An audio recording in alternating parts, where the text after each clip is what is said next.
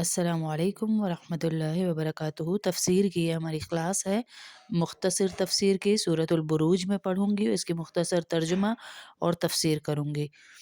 اعوذ باللہ من الشیطان الرجیم، بسم اللہ الرحمن الرحیم۔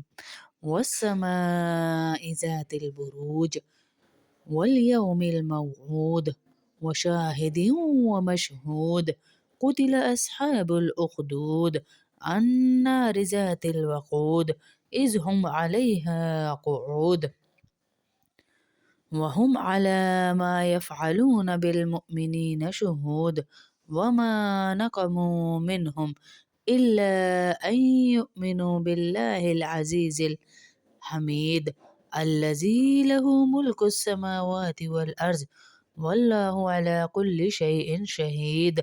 قسم ہے برجوں والے آسمان کی اور اس دن کی جس کا وعدہ کیا گیا ہے، یعنی قیامت کے دن کی، اور حاضر ہونے والے کی، اور اس کی جس کے پاس لوگ حاضر ہوں گے۔ قرآن کریم میں اصل لفظ شاہد اور مشہود ہیں۔ شاہد کا ترجمہ حاضر ہونے والے سے اور مشہود کا ترجمہ جس کے پاس لوگ حاضر ہوں سے کیا گیا ہے۔ شاہد سے مراد جمعہ کا دن ہے اور مشہود سے مراد عرفہ کا دن ہے۔ اس کی تائید ترمذی میں حضرت ابو ہریرہ رضی اللہ تعالیٰ عنہ کی ایک حدیث سے ہوتی ہے، جسے امام ترمذی نے ضعیف کہا۔ شاہد کا ایک ترجمہ یہ بھی آتا ہے کہ گواہ بھی کیا جا سکتا ہے، اور مشہود کا وہ کہ جس کے بارے میں گواہی دی جائے۔ قیامت میں حضور صلی اللہ علیہ وسلم اہل ایمان کی گواہی دیں گے، اس لیے اس آیت میں اس طرف اشارہ کیا گیا۔ اللہ رب العزت ہم سب کو ایمان والا بنا دے۔ پھر فرمایا کہ خدا کی مار ہو ان خندق کھودنے والوں پر۔ کیا ہے خندق کھودنے کا واقعہ جن پر اللہ رب العزت مار ڈال رہے ہیں؟ کون تھے یہ لوگ؟ کیا کیا تھا انہوں نے جو قرآن میں ان پر مار اور لعنت ڈلی؟ مشہور تفسیر کے مطابق ان آیتوں میں ایک واقعے کی طرف اشارہ ہے جو حضور اقدس صلی اللہ علیہ وسلم سے صحیح مسلم کی ایک حدیث میں منقول ہے، اور وہ یہ کہ پچھلی کسی امت میں ایک بادشاہ تھا جو ایک جادوگر سے کام لیا کرتا تھا۔ جب وہ جادوگر بوڑھا ہو گیا تو اس نے بادشاہ سے کہا کہ میرے پاس کوئی لڑکا بھیج دیا کرو جسے میں جادو سکھاؤں تاکہ میرے بعد بھی تمہارا کام چلتا رہے۔ بادشاہ نے ایک لڑکے کو جادوگر کے پاس بھیجنا شروع کر دیا۔ یہ لڑکا جب جادوگر کے پاس جاتا تو راستے میں ایک عبادت گزار شخص کے پاس سے گزرتا جو حضرت عیسیٰ علیہ السلام کے اصلی دین پر تھا۔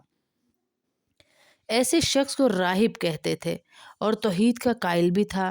یہ لڑکا اس کے پاس بیٹھ جاتا، یعنی جو بچہ جادو سیکھنے آ رہا تھا یہ راستے میں اس کے پاس راہب کے پاس بیٹھ جاتا تھا، تھوڑی دیر کے لیے بیٹھ جاتا اور اس کی باتیں سنتا جو اسے بہت اچھی لگتی۔ ایک دن وہ جا رہا تھا تو راستے میں ایک بڑا جانور نظر آیا۔ کون جا رہا تھا؟ وہی بچہ جو جادو سیکھنے آ رہا تھا۔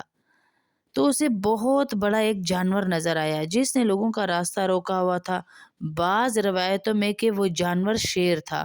وہ لوگ اس سے ڈر رہے تھے۔ لڑکے نے ایک پتھر اٹھایا اور اللہ تعالیٰ سے دعا کی کہ یا اللہ، اگر راہب کی باتیں آپ کو جادوگر کی باتوں سے زیادہ پسند ہیں تو اس پتھر سے اس جانور کو مروا دیجئے۔ اب دل میں دعا ہے، لوگوں کے سامنے تو پتھر اٹھایا ہوا، لیکن دل میں وہ کیا دعا کر رہا ہے؟ اگر جس راہب یعنی جس کے پاس میں بیٹھتا ہوں راستے میں اس کی باتیں آپ کو اچھی لگتی ہیں تو اس پتھر سے وہ کام لیجئے جو سب کے لیے فائدہ مند ہو، اس جانور کو مروا دیجئے۔ اب جو اس پتھر اس جانور کی طرف اس نے پھینکا تو وہ مر گیا، لوگوں کا راستہ کھل گیا۔ اس کے بعد لوگوں کو اندازہ ہوا کہ اس لڑکے کے پاس کوئی خاص علم ہے۔ اب وہ یہ نہیں سمجھ رہے تھے کہ اس کا تعلق اللہ سے خاص ہو گیا ہے، وہ سمجھنے لگے جادو ٹونے کا زمانہ تھا کہ کوئی علم ہے۔ چنانچہ ایک اندھے شخص نے اس سے درخواست کی کہ اس کی بینائی واپس آ جائے۔ لڑکے نے اس سے کہا شفا دینے والا تو اللہ تعالیٰ ہے، اس لیے اگر تم یہ وعدہ کرو کہ اللہ کی توحید پر ایمان لے آؤ گے تو میں تمہارے لیے اللہ تعالیٰ سے دعا کروں گا۔ اس نے یہ شرط مان لی، لڑکے نے دعا کی اور اس کی بینائی بھی واپس آ گئی۔ ان واقعات کی خبر جب بادشاہ کو ہوئی تو اس نے اس نابینا کو گرفتار کر لیا اور لڑکے کو راہب لڑکے کو بھی اور راہب کو بھی سب کو گرفتار کر لیا اور ان سب کو توحید سے انکار پر مجبور کیا کہ توحید کا انکار کرو۔ جب وہ نہ مانے تو اس نے اس نابینا شخص اور راہب کو تو آری سے چروا دیا۔ آری سے سوچے، پورا جسم آدھا آدھا ہو گیا، آری سے چر دیا۔ اس نے آری سے ان کو چروا دیا، دو دو حصے کر کے پھینکوا دیا اور لڑکے کے بارے میں اپنے نوکروں کو حکم دیا کہ اسے کسی اونچی جگہ پہ لے جا کر پہاڑ سے نیچے پھینک دو۔ لیکن جب وہ لوگ لڑکے کو لے کر گئے تو اس نے اللہ تعالیٰ سے دعا کی کہ پہاڑ پر زلزلہ آیا جس سے وہ لوگ سارے مر گئے اور لڑکا پھر زندہ رہ گیا۔ بادشاہ نے حکم دیا اسے کشتی میں لے جا کر سمندر میں ڈبو دو۔ لڑکے نے پھر دعا کی جس کے نتیجے میں کشتی الٹ گئی، وہ سب ڈوب گئے۔ یہ سارا دعائیں اس کی کیوں قبول ہو رہی تھی؟ کیونکہ اس کے پاس اللہ سے جڑنے کے لیے جو اس کو کہتے ہیں نا مجلس کا اثر ہوتا ہے۔ آپ خوشبو کی دکان میں گھستے ہیں، خوشبو نہ بھی لیں لیکن آپ کے کپڑوں اور آپ کے جسم سے خوشبو آنا شروع ہو جاتی ہے۔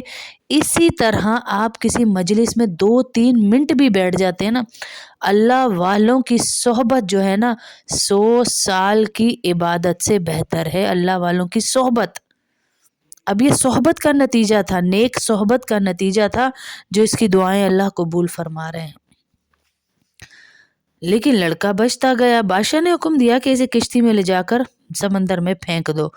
پھر دعا کی، پھر بچ گیا اور لڑکا پھر سلامت رہا۔ بادشاہ جب عاجز آ گیا تو لڑکے نے اس سے کہا اگر تم مجھے واقعی مارنا چاہتے ہو تو اس کا ایک ہی طریقہ ہے، اب میں تمہیں بتاتا ہوں وہ طریقہ کون سا ہے، اور وہ یہ کہ تم سب لوگوں کو ایک میدان میں جمع کر کے مجھے سولی پر چڑھاؤ اور اپنے ترکش سے تیر نکال کر کمان میں چڑھاؤ اور یہ کہو کہ اس اللہ کے نام پر جو اس لڑکے کا پروردگار ہے، پھر تیرا تیر میرے نشانے پر لگے گا اور میں وہیں مر جاؤں گا۔ بادشاہ نے ایسا ہی کیا اور تیر اس لڑکے کی کنپٹی پہ جا لگا، اس سے وہ شہید ہو گیا۔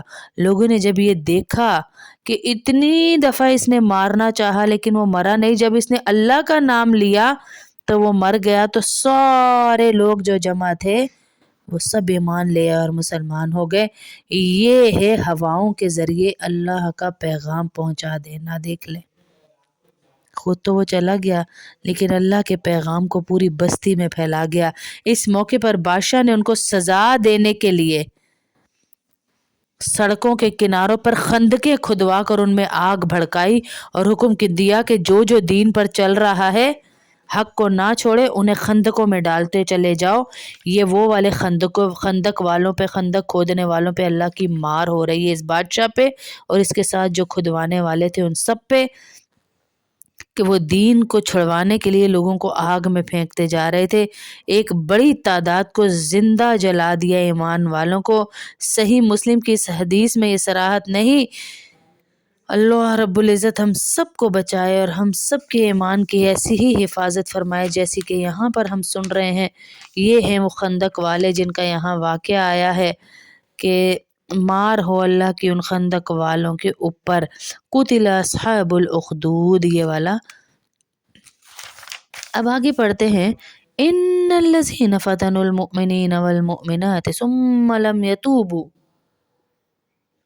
فلهم عذاب جہنم ولهم عذاب الحریق ان الذین آمنوا وعملوا الصالحات لهم جنات تجری من تحتها الانہار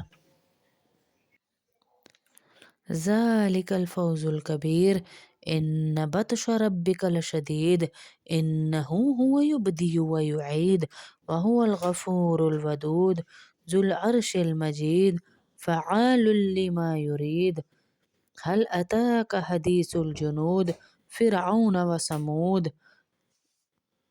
بل الذين كفروا في تكذيب والله من ورائهم محيط بل هو قرآن مجید فی لوح محفوظ۔ یقین رکھو جن لوگوں نے مومن مردوں اور مومن عورتوں کو ظلم کا نشانہ بنایا ہے پھر توبہ نہیں کی، ان کے لیے جہنم کا عذاب ہے اور ان کو آگ میں جلنے کی سزا دی جائے گی۔ جو لوگ ایمان لائے انہوں نے نیک عمل کیے ہیں ان کے لیے بے شک جنت کے ایسے باغات ہیں جن کے نیچے نہریں بہتی ہیں، یہ بڑی کامیابی ہے۔ حقیقت یہ ہے کہ تمہارے پروردگار کی پکڑ بڑی سخت ہے، وہی پہلی مرتبہ پیدا کرتا ہے، وہی دوبارہ پیدا کرے گا، وہ بہت بخشنے والا، بہت محبت کرنے والا ہے، عرش کا مالک ہے، بزرگی والا ہے، جو کچھ ارادہ کرتا ہے کر گزرتا ہے۔ کیا تمہارے پاس ان لشکروں کی خبر پہنچی ہے، فرعون اور سمود کے لشکروں کی؟ اس کے باوجود کافر لوگ حق کو جھٹلاتے ہیں، جبکہ اللہ نے ان کو گھیرے میں لیا ہوا ہے۔ ان کے جھٹلانے سے قرآن پر کوئی اثر نہیں پڑتا، بلکہ یہ بڑی عظیم کتاب ہے جو لوح محفوظ میں درج ہے۔ یعنی کفر کا برا انجام معلوم ہو جانے کے باوجود وہ اپنے کفر سے باز نہیں آتے۔ اللہ رب العزت یہ فرما رہے ہیں۔ تو اللہ ہم سب کو جو سنا ہے اس پہ عمل کرنے کی توفیق عطا فرمائے، ہمارے والدین کی بخشش فرمائے، جن کے چلے گئے، جن کے ہیں انہیں زندگیاں صحتیں دیں، اور جن جن بچیوں کے رشتے نہیں ہوئے اللہ ان کے نیک رشتے عطا فرمائے، جس نے ہمیں دعاؤں کا کہا ہے اللہ ان سب کی دعائیں قبول فرمائے، خاص طور پر شہناز بانو آنٹی، ان کو اپنے بچوں کی خوشیاں نصیب فرمائے، ممتاز سغرا آنٹی، ان کی بیٹی کا آپریشن ہے، اللہ ان کو صحت عطا فرمائے، سب بہنیں دعا کریں کہ اللہ ان کو مزید صحت عطا فرمائے اور اولاد نرین عطا فرمائے۔ انہوں نے خاص طور پر نام لے کر کہا ہے کہ میری بیٹی کے لیے دعا کریں، اس کا بہت بڑا آپریشن ہے، اللہ اسے شفا دے۔ ہماری سجیدہ بہن کے عاقل اور عادل بیٹے کو اللہ برکتیں دے، عزتیں دے، عافیت دے، اور جتنے بیمار ہیں انہیں صحت دے، جس کی روزی نہیں اللہ ان کو روزیاں دے، جن کے شوہر، خاص طور پہ وہ بچیاں، ارم بچی جو کہتی ہے کہ احساس ذمہ داری سے خالی ہے، اللہ اس کے شوہر کو احساس ذمہ داری عطا فرمائے، اور جن کے بچے نماز نہیں پڑھتے اللہ ان سب کو نمازی بنائے، نیک بنائے، صدقہ جاریہ بنائے۔